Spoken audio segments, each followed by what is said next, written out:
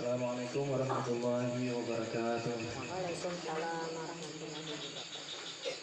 Bismillahirrahmanirrahim. Alhamdulillahirabbil alamin. Allahumma shalli wa sallim wa barik wa karim wa azim ala sayyidina Muhammadin wa ala alihi wa sahbihi ajma'in. Amma ba'd. Rabbi li sadri wa yassir li amri wahlul 'uqdatam min lisani yafqahu qawli. Rabbi zidna ilma wa rizqna fahma wa alhimna bis-shalihin.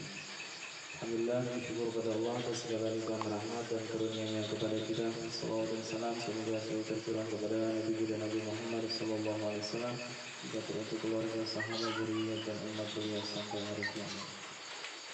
Ibu apa kabar, sehat? Sehat. Lesu benarnya yo. Sudah ngantuk ke belum? Sudah makan malam belum? Sudah. Sudah, itu ulun aja yang belum. Ulun jangan dituruti karena ulun bilangnya naik berat badan karena makan malam sudah supaya diet kan. Minum kopi jangan gula, supaya jangan berlemak terus kan. Tapi bini ulun gak ada ulun suruh diet marah. Sesuka hatinya. Karena biar sebesar apapun, seberat apapun tetap muat di hati ulun ya.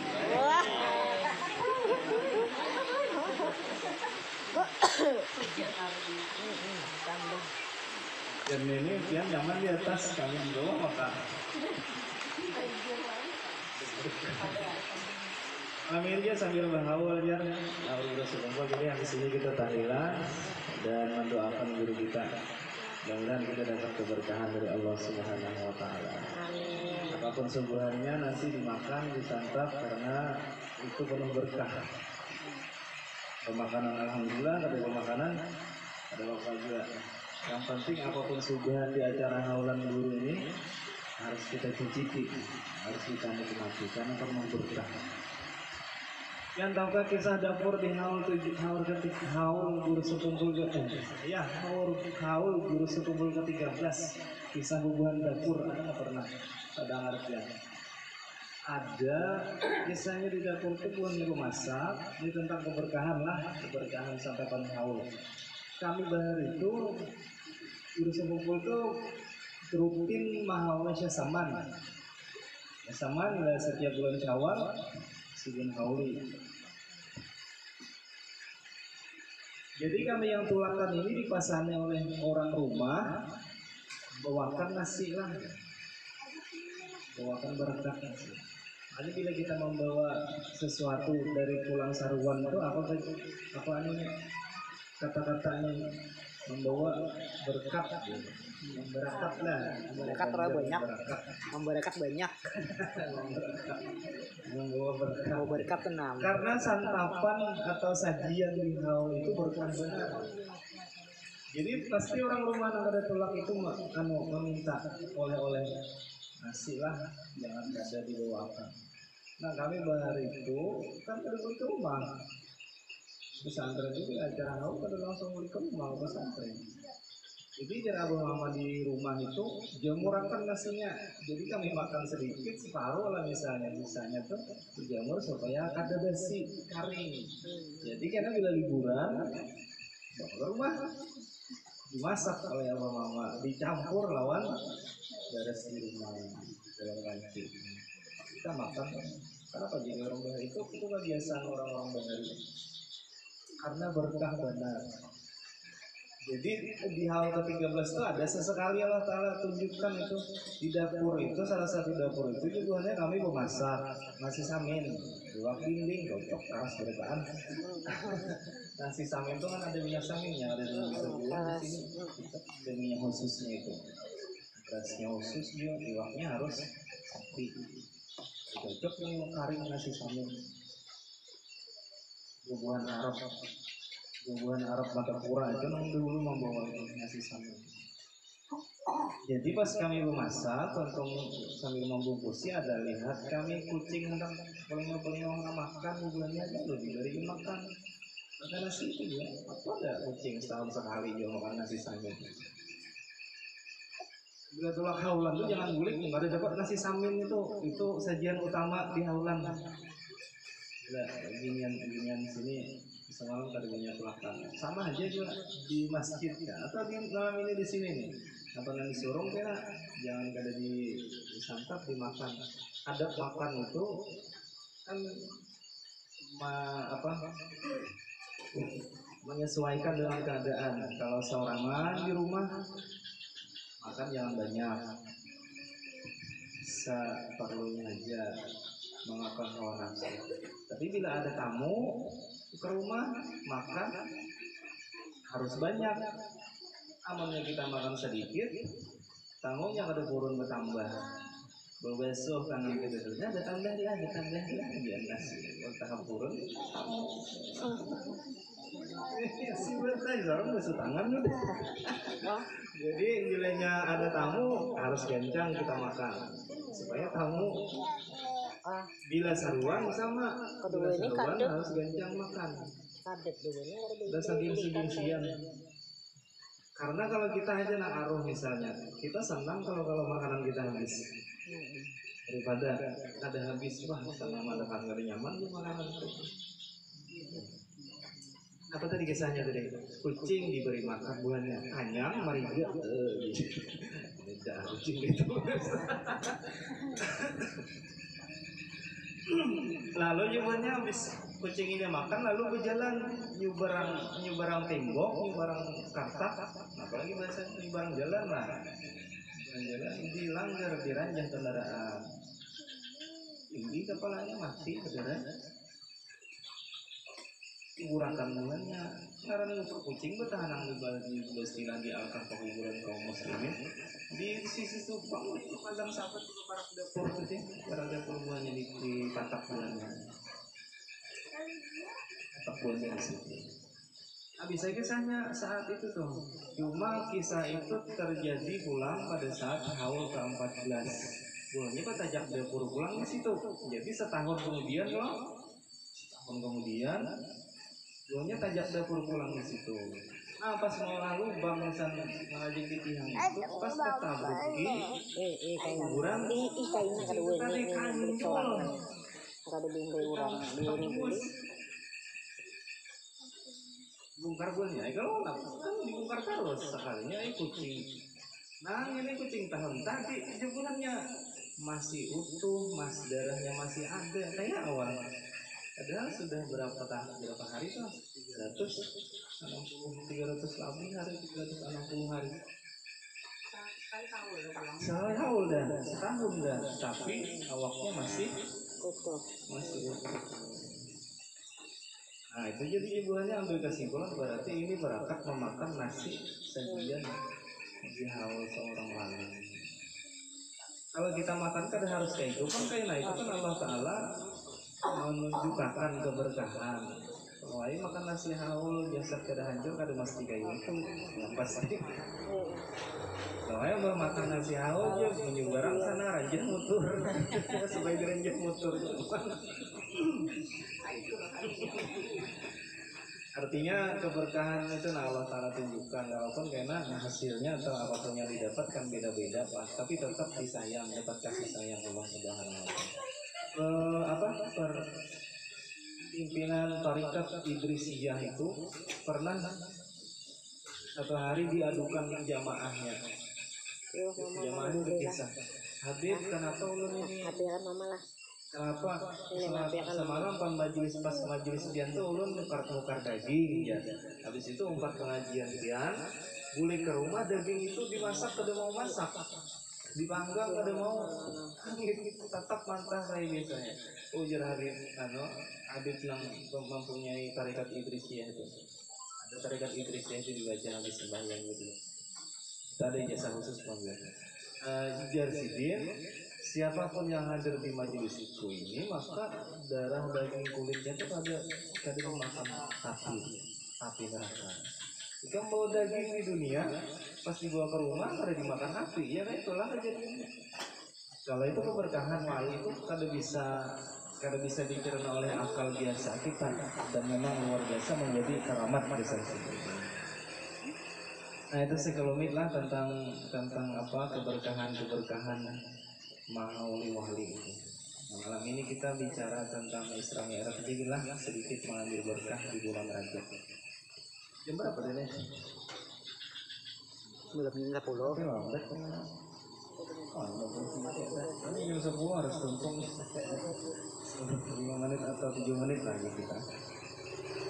Ibu sekalian yang dirahmati Allah, mudah-mudahan semakin sering kita duduk di majelis ilmu, ibadah kita semakin baik, sikap kita dalam beragama pun semakin mantap, semakin luhur, semakin meningkat lah daripada itu. Pastilah karena kita sedikit banyaknya dapat ilmu pengetahuan di duduk-duduk di pengajian seperti ini. Dimanapun pengajiannya, dimanapun majelisnya, pasti ada pengaruhnya kesan kebaikan diri kita.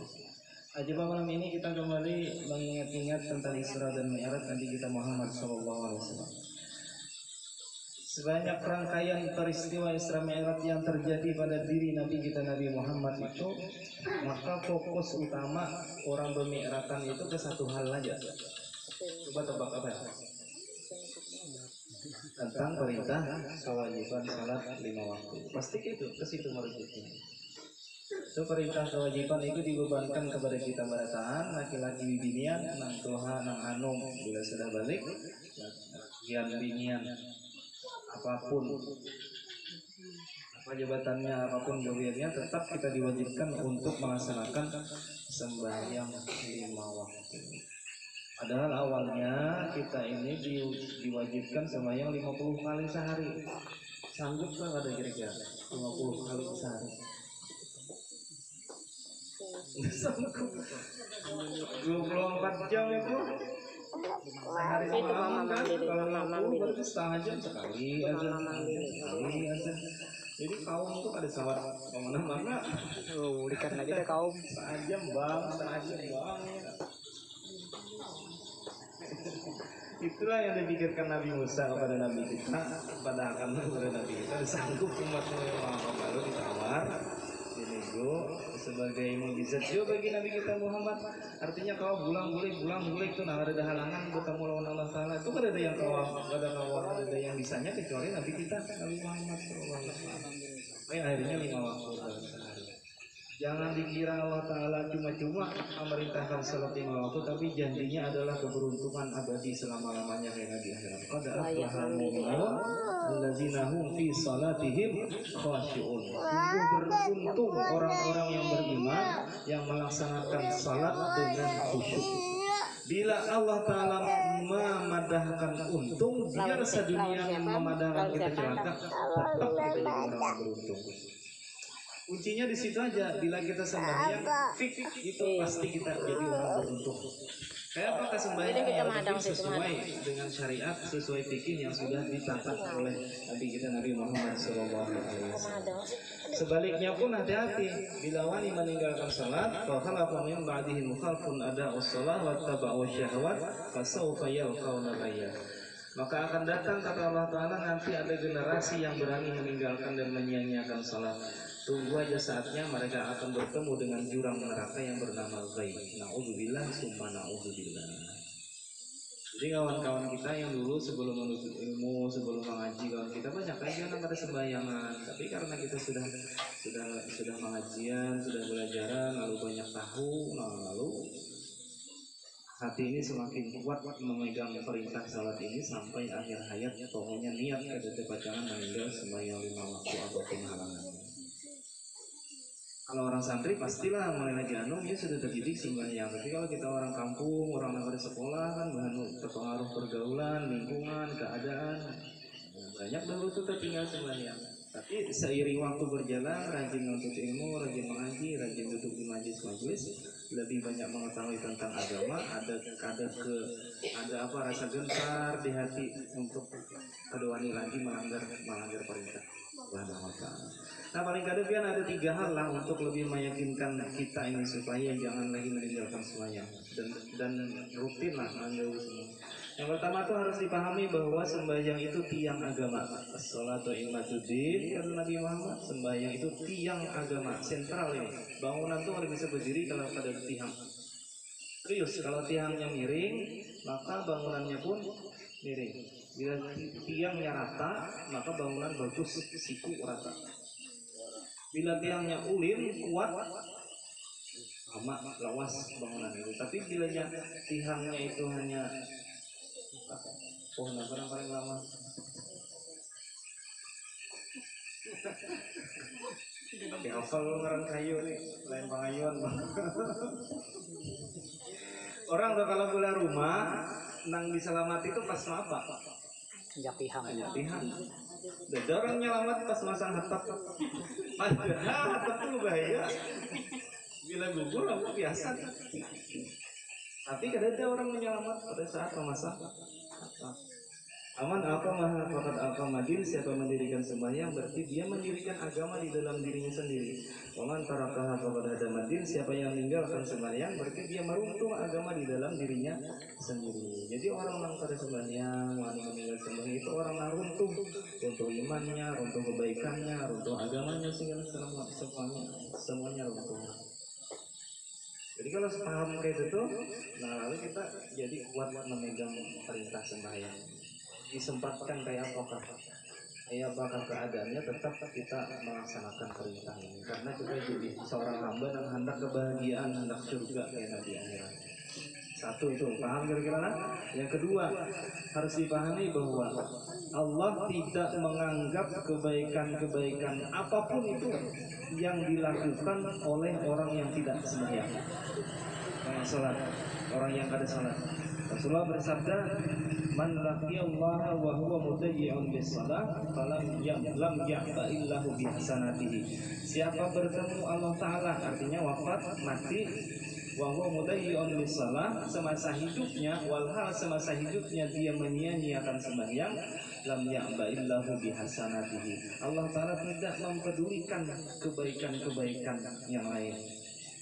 Jadi hajinya, umrahnya, puasanya, zikirnya, sopan santunnya, kedermawannya itu kada dianggap oleh Allah Ta'ala karena dia meninggalkan kewajiban semuanya.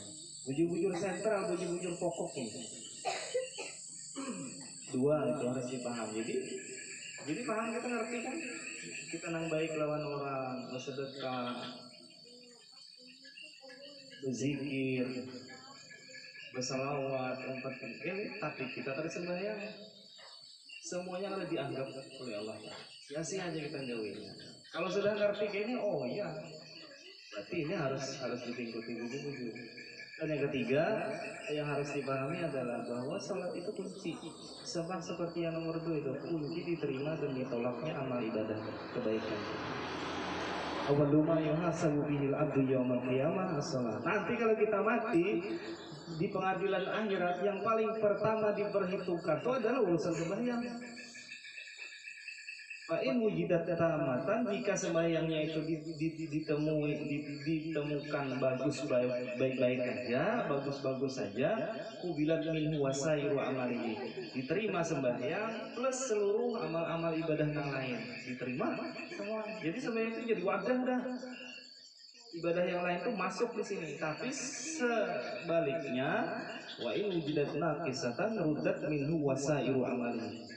Jika sembahyangnya dilihat kan ada bolong-bolong, balang hadangan, kambingan masih ada balangnya, rudat minhu ditolaklah darinya, dan bahkan seluruh amal-amal yang lain pun tertolak. Jadi kada ada gunanya amal-amal baik yang lain bila sembahyang kada ada gunanya. Bila kita ini sudah paham, maka kita akan bisa mencerna apa yang dikatakan oleh Habib Abdullah bin Alwi al-Haddad, bahwa salat itu kedudukannya seperti kepala, liman zilatir ra'si fil badan.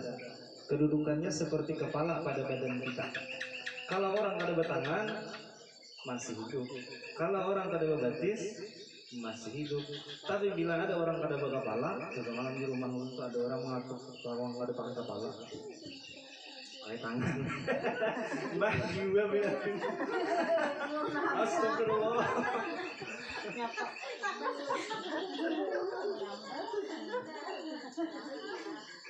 Arif banget kan mengatuk lama pakai kepala. Tangan ke dede.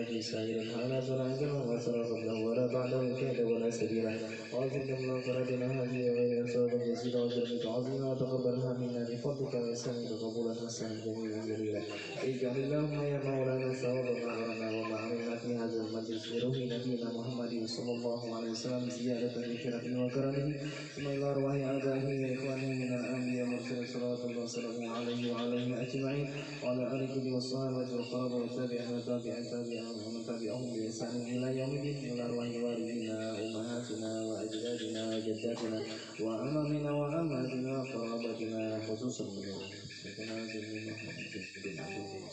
وصل اللهم وسلم وبارك منا إليه اللهم زد الرحمة والنعمة والبهجة والسرور والفسحة والنور على قبره وروحه يا مولانا يا رب العالمين ربنا اغفر لنا ولإخواننا الذين سبقونا بالإيمان ولا تجعل في قلوبنا غلا للذين آمنوا ربنا إنك رؤوف رحيم ربنا انفعنا ببركتهم وأجعلنا حسنا بحرمتهم وأمتنا في طريقتهم ومعافاتهم بنا في طريق وصلى الله على سيدنا محمد وعلى آله وصحبه وسلم والحمد لله رب العالمين تقبل الله منكم. Assalamualaikum warahmatullahi wabarakatuh.